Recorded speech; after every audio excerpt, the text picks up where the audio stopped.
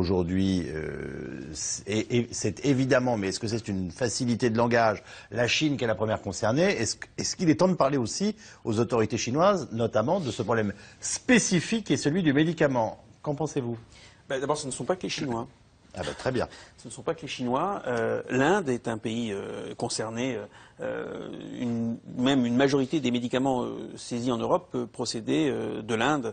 Les pays de l'Est aussi. Donc, ça n'est pas simplement la Chine qui est à l'origine des produits contrefaisants. Selon vous, au savoir-faire indien ou enfin, si, non, c'est-à-dire qu'aujourd'hui, dans le domaine de la chimie en général et de la chimie fine en particulier, on peut le dire, l'Europe a abandonné le marché. Depuis 2008, il n'y a plus 1 gramme de paracétamol produit en Europe. Et aujourd'hui, la Chine produit le paracétamol à 2,80 € le kilo. 2,80 € le kilo.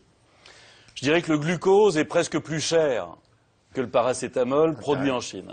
C'est intéressant ce que vous nous dites. Et donc, il est normal, on peut comprendre en tout cas, que c'est de ces pays qui ont fait de la chimie un terrain de connaissances habituel, que viennent les matières premières, que viennent les principes actifs vrais ou faux, parce qu'il y a aussi de vrais principes actifs, et il ne faut pas dire c'est parce qu'on fait de très bons principes actifs en Chine ou en Inde, tout à fait normalement commercialisés dans nos réseaux de distribution de médicaments, qu'on y fait aussi.